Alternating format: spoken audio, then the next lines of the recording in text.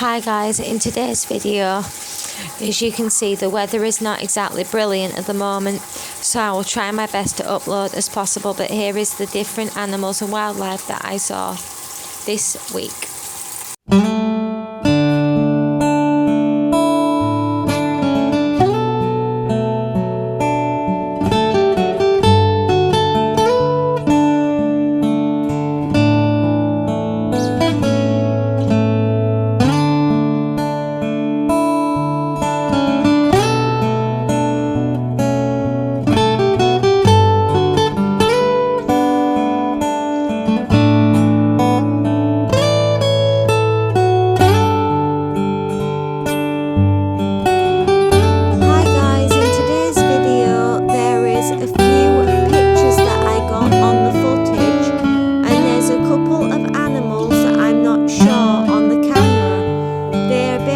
See in some places, but we did get some visitors.